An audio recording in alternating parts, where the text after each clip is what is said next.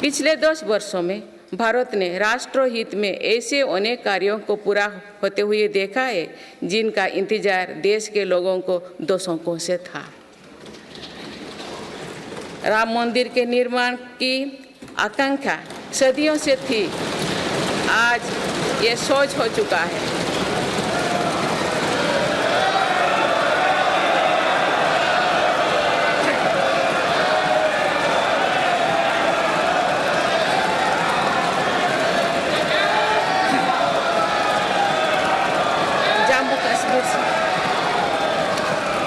जम्मू कश्मीर से आर्टिकल 370 हटाने को लेकर शंकाएं थी, आज वो इतिहास हो चुकी है। इसी संसद ने 3 तलाक के विरुद्ध कड़ा कानून बनाया है। आतंकवाद हो या विस्तारवाद, हमारी सेनाएं आज जैसे को तैसा की नीति के साथ जवाब दे रही है।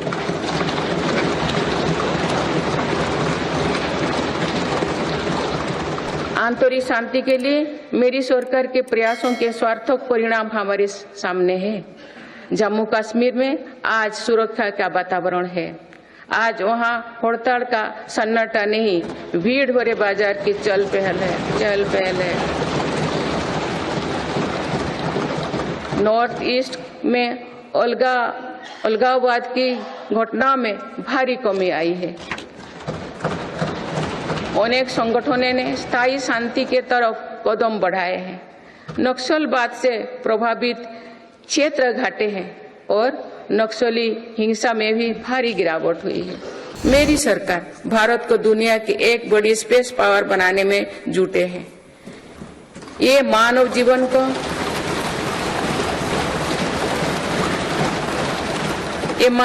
को बेहतर बनाने का एक माध्यम है। साथ ही ये स्पेस इकोनॉमी में भारत की हिस्सेदारी बढ़ाने का भी प्रयास है। भारत के स्पेस प्रोग्राम के विस्तार के लिए महत्वपूर्ण फैसला लिए गए हैं। इसके कारण अनेक नए स्पेस स्टार्टअप्स बने हैं। अब वो दिन दूर नहीं है जो भारत का गगनयान स्पेस में जाएगा।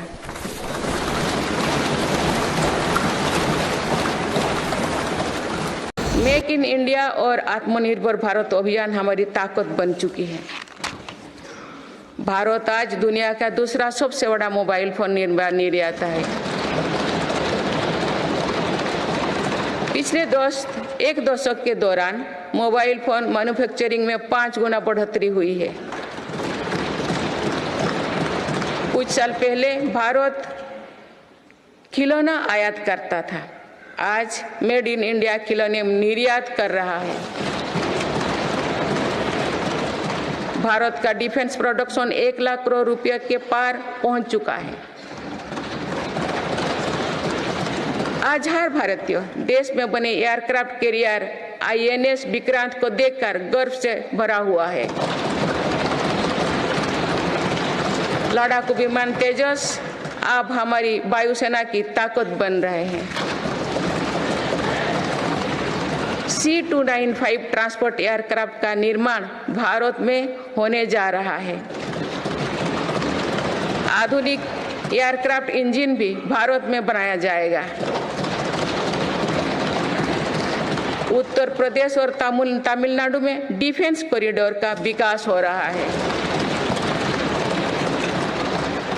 मेरी सरकार ने डिफेंस सेक्टर में निजी क्षेत्रों की भागीदारी सुनिश्चित की है। स्पेस सेक्टर को भी हमारी सरकार ने युवा स्टार्टअप्स के लिए खोल दिया है। हमें सभी बचपन से गरीबी हटाओ के नारे सुनते आ रहे हैं।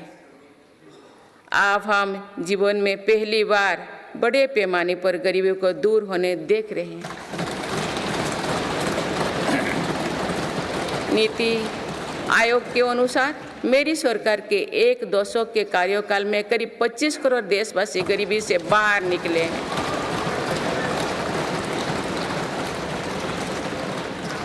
यह है प्रत्येक गरीब में नया विश्वास जगाने वाली बात है। जो 25 करोड़ लोगों की गरीबी दूर हो सकती है तो उसकी भी गरीबी दूर हो सकती है।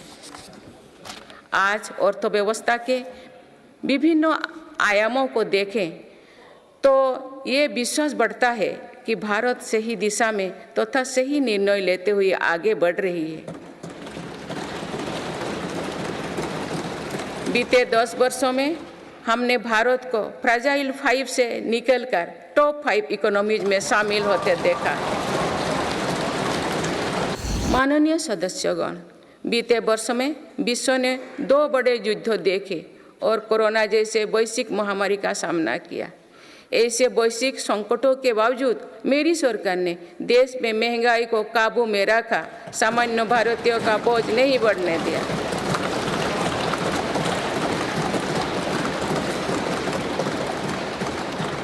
दो 2014 से पहले के 10 वर्षों में औसत महंगाई दर 8% से अधिक थी। पिछले दशकों में औसत महंगाई दर 5% रही। मेरी सरकार ने बीते 10 वर्षों में पर्यटन के क्षेत्र में अभूतपूर्व काम किए हैं। भारत में घरेलू टूरिस्ट की संख्या के साथ ही भारत आने वाले विदेशी पर्यटकों की संख्या भी बढ़ी है।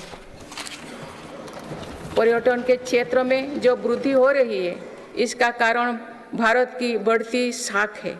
आज दुनिया भारत को देखना और जानना चाहती है। इसके अलावा शानदार कनेक्टिविटी विकसित होने के कारण भी पर्यटन का दायरा बढ़ा है। जगह जगह एयरपोर्ट बनने से भी बहुत फायदा हो रही है। नॉर्थ ईस्ट में आज रिकॉर्ड संख्या में टूरिस्ट पहुंच रही है।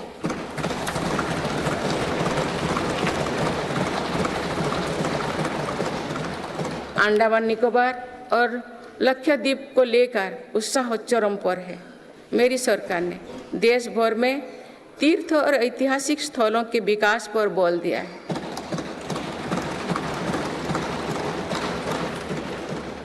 इससे अब भारत में तीर्थ यात्रा आसान हुई है। वही दुनिया भी भारत में हेरिटेज टूरिज्म को लेकर आकर्षित हो रही है। बीते 1 वर्ष में 8.5 करोड़ लोग काशी गए हैं।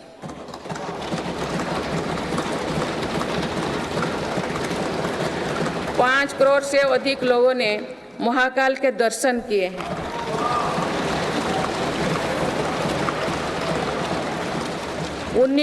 उन्नीस लाख से अधिक लोगों ने केदार धाम की यात्रा की है। अयोध्या धाम में ही प्राण प्रतिष्ठा के बाद 5 दिनों में ही 13 लाख श्रद्धालु दर्शन कर चुके हैं।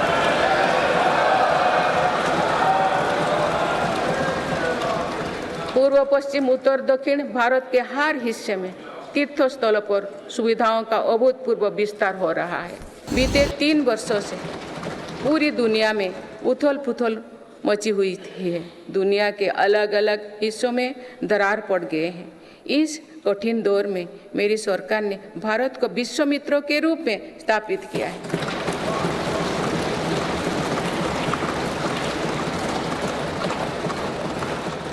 विश्व मित्रों की भूमिका के कारण ही आज हम ग्लोबल साउथ की आवाज बन पाए हैं। बीते 10 वर्षों में भारत ने अनेक खेलों से जुड़े इंटरनेशनल स्पोर्ट्स इवेंट्स का शानदार आयोजन किया।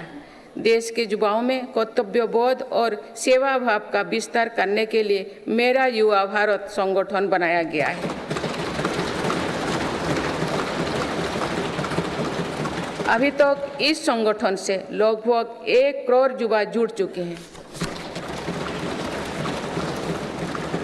माननीय सदस्यगण, संक्रमण काल में एक मजबूत सरकार होने का क्या मतलब होता है, ये हमने देखा है।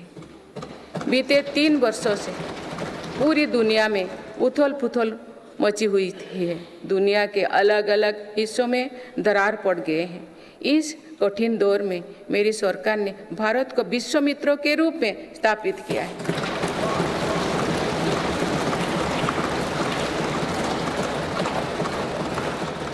विश्व मित्रों की भूमिका के कारण ही आज हम ग्लोबल साउथ की आवाज बन पाए हैं। बीते 10 वर्षों में एक और पुरानी सोच को बदला गया है। पहले डिप्लोमेसी से जुड़े कार्यक्रम को दिल्ली के गलियारे तक ही सीमित रखा जाता था, मेरी सरकार ने इसमें भी जनता की सीधी भागीदारी सुनिश्चित की है। इसका एक बेहतरीन उदाहरण भारत द्वारा G20 अध्यक्षता के दौरान देखा गया है।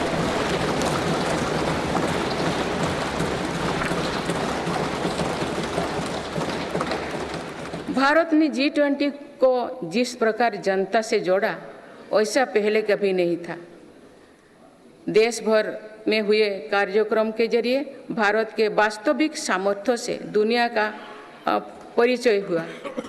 जम्मू कश्मीर और नॉर्थ ईस्ट में पहली बार इतने बड़े अंतर्राष्ट्रीय कार्यक्रम हुए।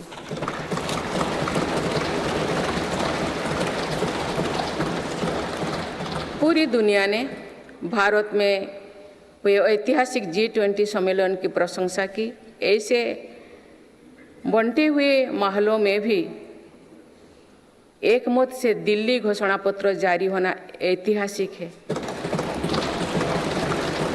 मेरी सरकार ने वैश्विक विवादों और संघर्षों के इस दौरे में भी भारत के हितों को मजबूती से दुनिया के सामने रखा है। भारत की विदेश नीति का दायरा आज अतीत की विदेशों से कहीं आगे बढ़ चुका है। आज भारत अनेक वैश्विक संगठनों का सम्मानित सदस्य है।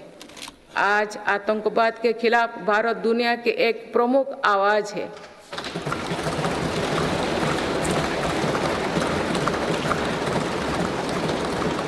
भारत आज संकट में फंसी मानवता की मदद के लिए मजबूती से पहल करता है। दुनिया में कहीं भी संकट आने पर भारत वहां तेजी से पहुंचने का प्रयास करता है। मेरी सरकार ने दुनिया भर के काम कर रहे भारतीयों में नया भरोसा जगाया है।